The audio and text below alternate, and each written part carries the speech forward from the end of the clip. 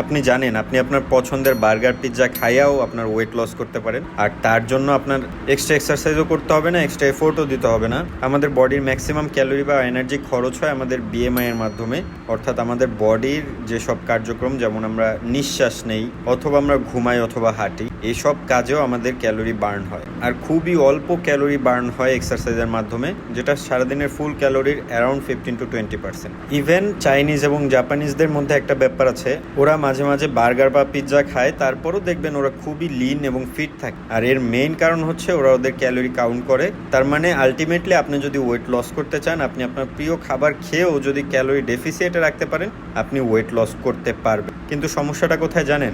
যখন আপনি আপনার প্রিয় খাবারগুলো খাবেন, সেসব খাবারে এত হাই ক্যালোরি থাকে, যেমন ধরা যাক একটা বার্গারের মধ্যে প্রায় 450 থেকে 500 ক্যালোরি থাকে। তার মানে আপনি একটা বার্গার খেলে সারাদিনে আর তেমন বেশি কিছুই খেতে পারবেন না। আর এই ধরনের ডায়েট মেনটেন করা খুবই টাফ হয়ে যায়। কিন্তু এখানে আরেকটা খারাপ বিষয় হচ্ছে, আপনি যখন আনহেলদি খাবার দাবার খাবেন, আপনার ওয়েট তো লস হবে, কিন্তু আপনার ইন্টারনাল হেলথটা ভালো থাকবে না। মানে হচ্ছে আপনার এইচডিএল এলডিএল এর লেভেলগুলো ঠিক থাকবে না, আপনার সুগার স্পাইক করবে, এই ধরনের আরও সমস্যায় পড়বেন। আলটিমেটলি আপনি ওয়েট লস করবেন, কিন্তু আপনি ফিট থাকতে পারবেন না।